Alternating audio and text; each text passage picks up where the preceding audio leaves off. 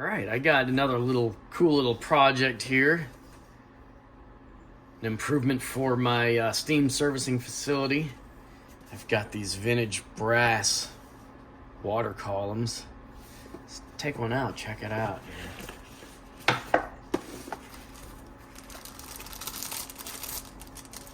here. I got these from the Chi-Town Union Station that closed this summer. Sad to see him go, but they cut some pretty good deals on some things like this. Pretty nice. Here's the base. Here's what we had in that little baggie.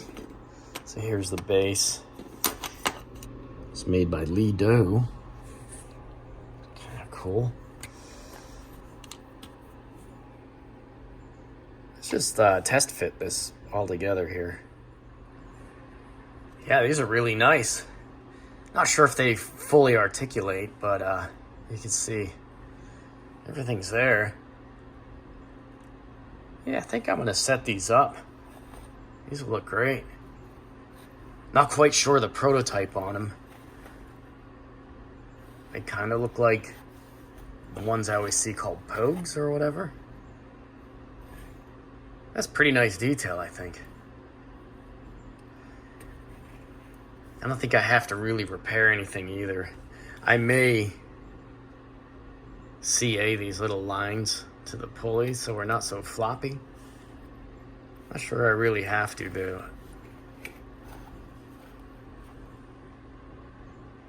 A lot of pride was taken in the making of these, as you can see. I've got a couple different versions of nameplates here. Not sure if they're the same vintage or different production run, I don't know.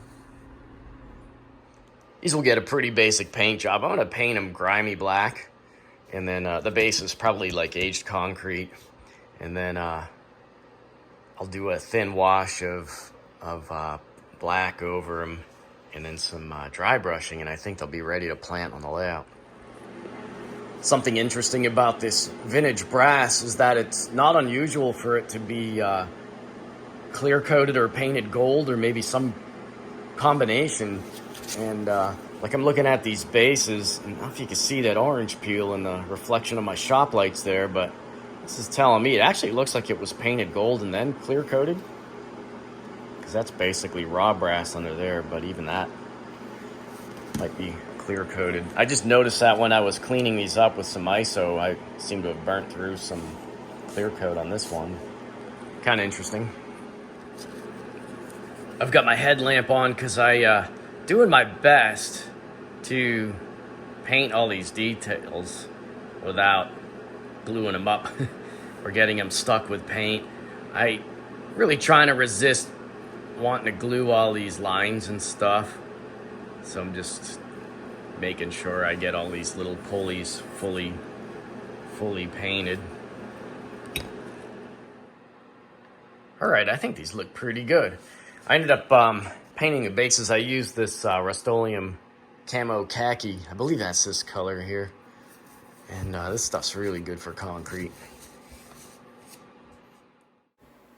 And here I'm just showing how I like to do a black wash over the concrete color. Again, I'm using some cheap acrylics here, some black. I also dabbed on and splotched on some raw umber and burnt umber, and then followed up with a little bit of dry brushing with a little bit of light gray, just to light up the edges and to sort of add depth to the whole look of the base. Okay, now we're in the yard, and it's time to get these installed, so let's move some trains around here so work can commence.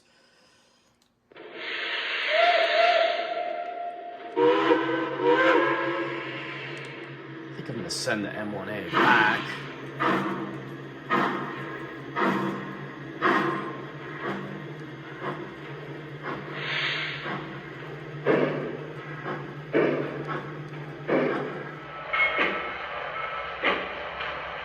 This engine runs so nice. 32-to-1 gear ratio.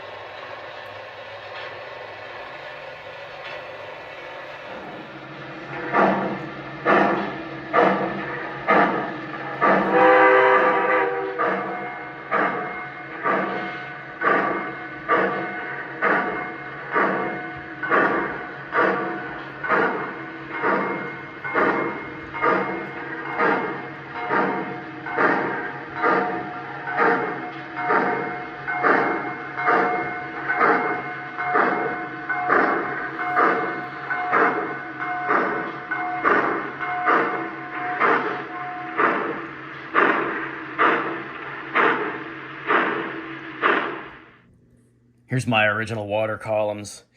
These were Walthers. They came with this water tower. I've had this thing for years and years. Nice kit. Highly recommend it. And I kind of detailed them with some chain wire and stuff like that, just to make them a little more interesting. Anyway, these are in the cinders here pretty good, so I'll have to get them out. Here's the other one. So they served my layout needs for many years, but these are a bit nicer, I think. So we'll get these hooked up. Let's see if I can free these up with purely mechanical means here.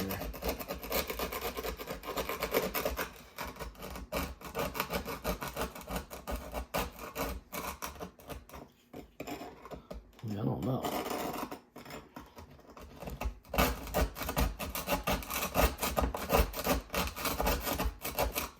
Kind of wondering what's under here.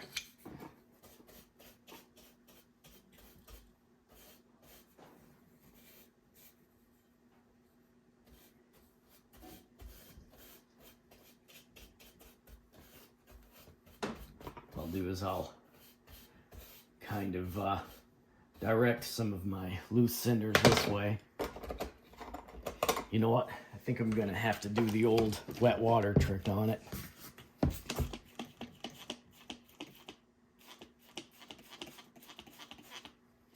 Just let that soak in there for a minute. I'll hit this other one too. I think I'm gonna need it.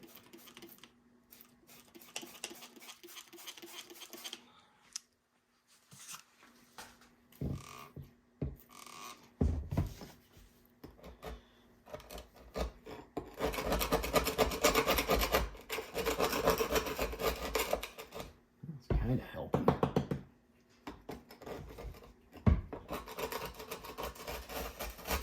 Oh yeah, there we go. I think I'm gonna have to go and fetch the shop vac though. Oh yeah, it's out of there.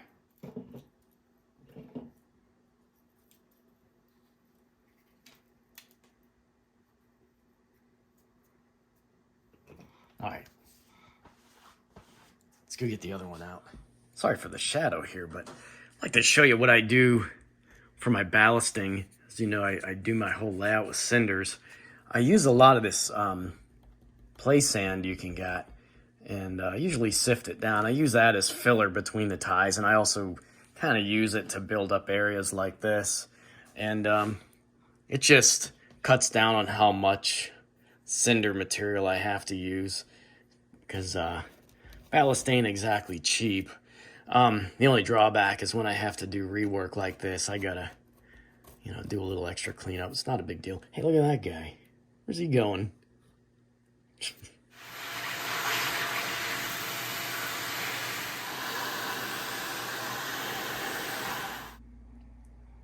All right, new ones are in place now. So let's get to fixing up the cinders here. So basically my paint job was just pretty healthy coat of grimy black. They were a little awkward to paint in the shop, so made sure I didn't miss any spots. And then when that was done, I played around with doing a black wash on them. I ended up breaking out my old India ink and denatured alcohol, and that seemed to work pretty good. A couple passes of that, and then when I was done, just some very light gray dry brushing just to pop some of these details. And I think it looks pretty good. Good enough. Better than what I had, that's for sure. Just doing some cinders restoration here. This is Woodland Scenic's Fine Cinders, and I'm mixing that with a little bit of medium in here too. I like this stuff. This is my favorite stuff I've been using for years.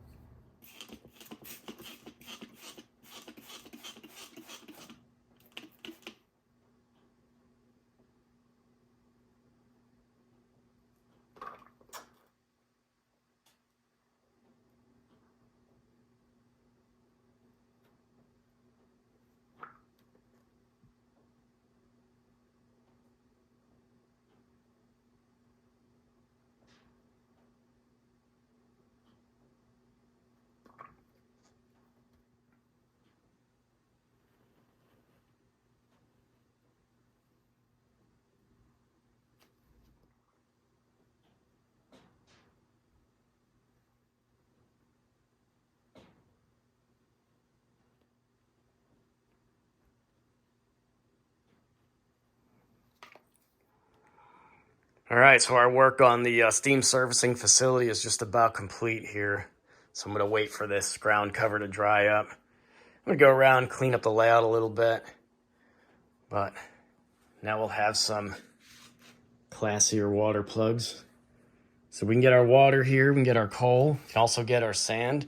Not sure if you're aware of this, but this tower, like many coaling towers, can provide sand. So there is a sand drying house down here. There'd be some kilns in here that were fed by a steam line from the steam boiler for the yard. And this model is based on a Grand Trunk prototype. There are two of them left, still standing in Michigan, one in Durand and one in Grand Haven. And my model's about 4 foot too narrow because I built it on my old layout. And I built it from photographs of the one still standing in Durand. And I had no idea what the rigging and all that stuff looked like. It wasn't until a few years later, somebody turned me onto the book called Evening Before the Diesel. And it's about the dieselization of the Grand Trunk Railroad. And for some reason, there was like full-scale drawings of this tower in there. So I was able to kind of remodel this, get it closer in height and width at least. And the rigging was actually, I kind of found a photo of this thing in the McDonald's in Durand of all places, and was able to figure it out from there too. So anyway, that's my steam servicing facility. I do have the machinery house. The machinery house is still in Grand Haven. You can see it. There's a park there, and the Pierre Marquette 1223 is sitting there. Now, this isn't a Pierre Marquette Tower, it's Grand Trunk, but Pierre Marquette did interchange nearby. That's where the 1223 ended up. Anyway, the machinery house has this window on the back. You can see that. That's actually where the belt would come out, and it would go up in here to drive the works. So that's my steam servicing facility. I always liked this tower because I felt it was a nice size for a layout. For this size layout at least, and it kind of looks Pennsy. I think this was a Robertson Schaefer prototype, and I'm sure they built many coaling towers for the Pennsy too, but like with that arch and stuff in there. So someday I might attempt to rebuild this to full scale width. Like I said, just be 4 foot wider. All right, our cinders are all dry now, so gonna move on to do some more maintenance and little fixes. I gotta play around with my turntable here. Got a couple rails catching for some reason, so I gotta Dremel a couple of these back. Also, I don't have indexing on this turntable. I'm running it with some TMCC electronics. These are some boards from a K-Line Mikado from many years ago. It's just the guts from that engine, and I'm just using it for motor control. And the first voltage step, since it's not like using any kind of cruise control, it's kind of crude. So you see, when I try to line up the turntable, you know, I gotta, if I miss it and try to come back, it's not the most fun thing. And so I'm gonna experiment with I have an electric railroad cruise light board laying around. I'm gonna try hooking it up and seeing if I can get this better. So you can see here how close we are. I'm just gonna trim this rail back, dress these ends a little bit. All right, so I just kissed the ends of these rails with my Dremel and dressed them up a little bit with a file, and blew stuff all over the place. I'll have to clean this out pretty good and repair a little ballast, but should be pretty good. And I can get my little cobwebs off everything too. Spiders have been real busy decorating my layout for me. I'm just going around making sure I can clear all these whisker tracks. Looks good so far. This is Millhouse River turntable, 28-inch, detailed for Pennsy. These are really nice turntables. We'll spend a few bucks on them, but they're pretty nice. I'm gonna try hooking up that electric railroad cruise light board as an experiment to see if I can get it to run slower and quieter. Because I have a feeling I can get this to run a little quieter. There's really nothing noisy about that gearbox. It's probably just the way the motor's being driven by those old K-line electronics. Just gonna touch up the ends of these rails too with a little bit of grimy black here. We're under the layout over here, and this is my non-indexed turntable arrangement. So like I had mentioned earlier, I'm using this, it's in this black box here. It's a old K-line open loop motor driver, and while it served me well all these years, I do have a spare electric railroad cruise light, which is kind of a rare board in itself. They quit making those quite a long time ago. And I'm going to do an experiment here. I'm going to hook it up to this motor and see if I get better, smoother, and maybe even quieter operation out of this. So give me a minute, I'll hook up my little science experiment. All right, here we go. Here's my little experiment. This is kind of a rare board. Electric Railroad made these for a few years, and I think there are a couple different versions. The other one had like kind of a terminal block on the one end. This has all these JST connectors. Anyway, I don't have any plans for its use in any other engines because I think it's limited to like 2 amps. So as you can see here, we're banana clipped to our turntable drive motor. Let's see what we got.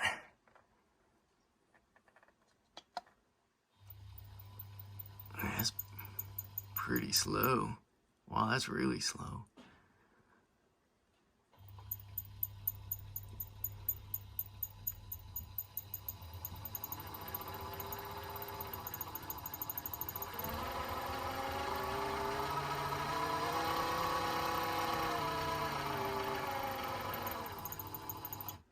Let's go over top, see what it looks like.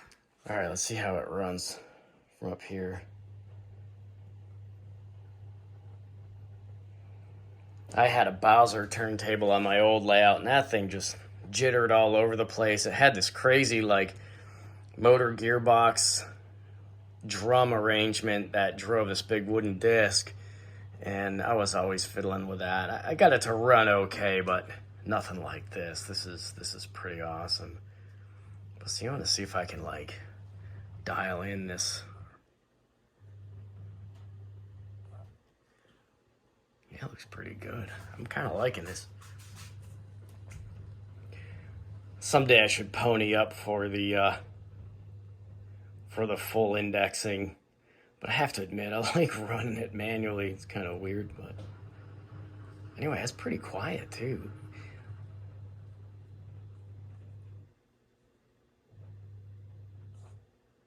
Runs a lot slower, and I can really dial it in. With those K-line guts there, I was kind of hoping to get, I could hit it close with the direction button, but then you always overshoot, and then trying to recorrect doesn't seem to work. So I'm gonna go with this. I'm going to open up that little project box and just replace that K-line board with this cruise light. So this was just a project box velcroed to the underside of the layout, and of course I don't remember this now, so let me get this plate out of here. Alright, so this is what it looked like in here. Just an old DCDR and a R2LC on a motherboard. Got a run program switch, and there's the antenna in there, so I'm just going to go ahead and remove this and swap it out for that electric railroad board. All right, bench test is successful here, so let's put it back together. Not the prettiest thing, but it's gonna live under the layout. This is kind of a quickie job here, so let's see if we can get the big 6 out here.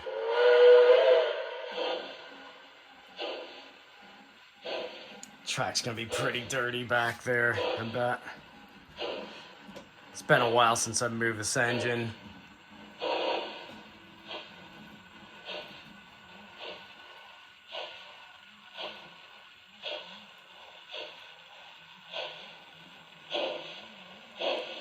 That is a nice engine.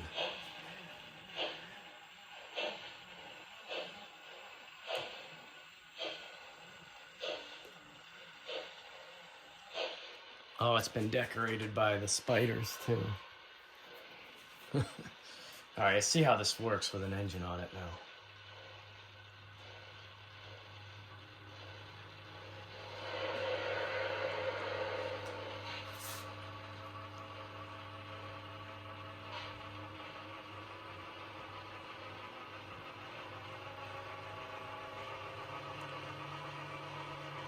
I think it's actually quieter too.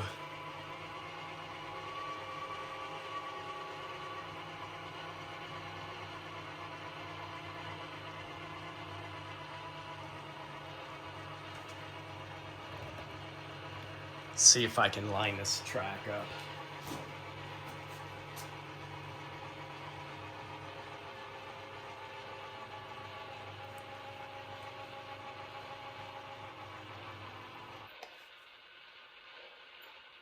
Overshot it just a little bit, but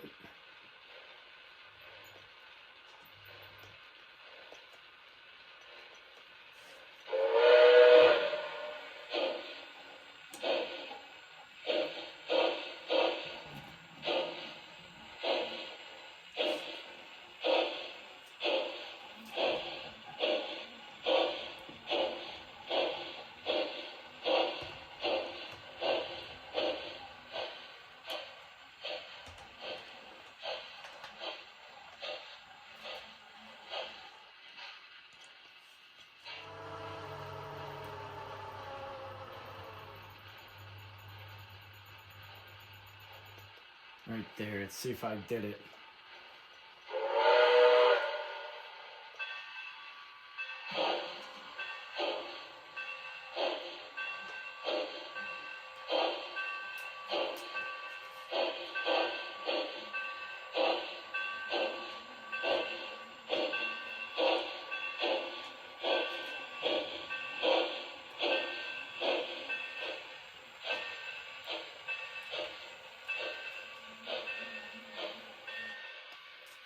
Not too bad.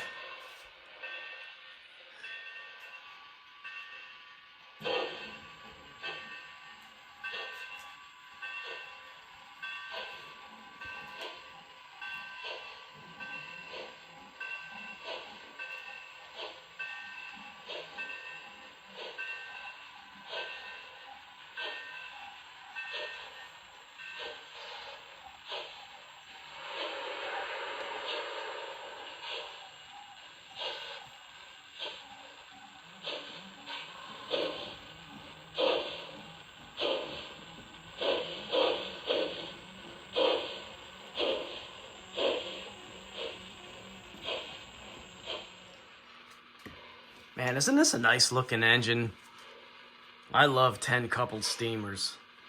I wouldn't mind getting the T3 and the Q4. I keep looking for those. I'm even thinking, like, if I found one in 2-rail, what I might do is not convert them to 3-rail, which is just a complete waste, because you're kind of wrecking a 2-rail drivetrain. You know, they're not as common as 3-rail. But what I would do is Blue Nami it with battery power, and I could run it on this layout, because a lot of 2-rail stuff will survive my Atlas track and switches. You know, I got nice T-rail, good rail definition. It's not that tubular type track, so a lot of 2-rail stuff will run. So I'm always keeping my eye out for stuff like that.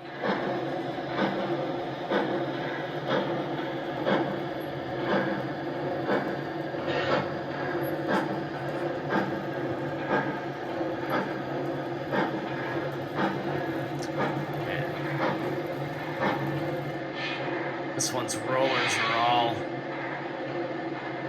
all dirtied up.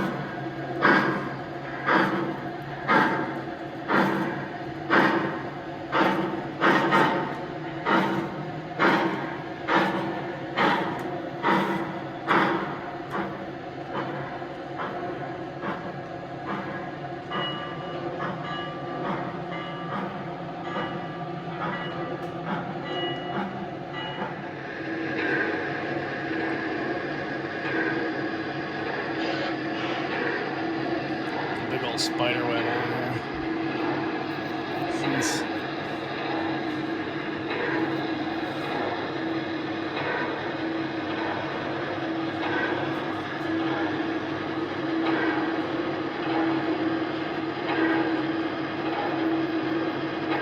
I can really dial that in real tight. Look at that.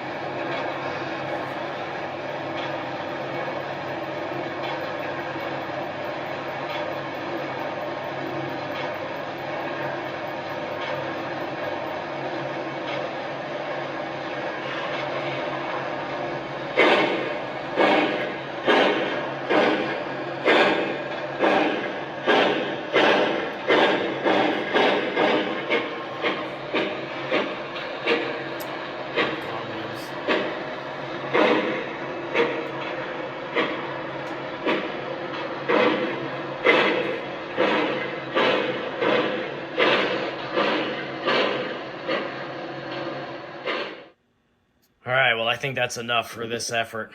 Started off, I really wanted to get some new water plugs in place, and then decided, well, while I'm here, might as well clean up the track and, knock some scenery around, make some more work for myself, and get that turntable to run better. I'm really pleased with that electric railroad board being in there. Like I said, they quit making those years ago. It's kind of a rare board. I think it was designed to just run small engines. It's got like a 5-amp driver in there, and that's plenty good enough for this. As you can see, I can really dial in the position, even though I don't have indexing. It's a lot of fun to run this, even more fun now. So I'm going to continue on pulling cobwebs out of here and dusting all these engines. Probably take a couple back to the shop and clean their rollers and stuff. So we'll see you next time.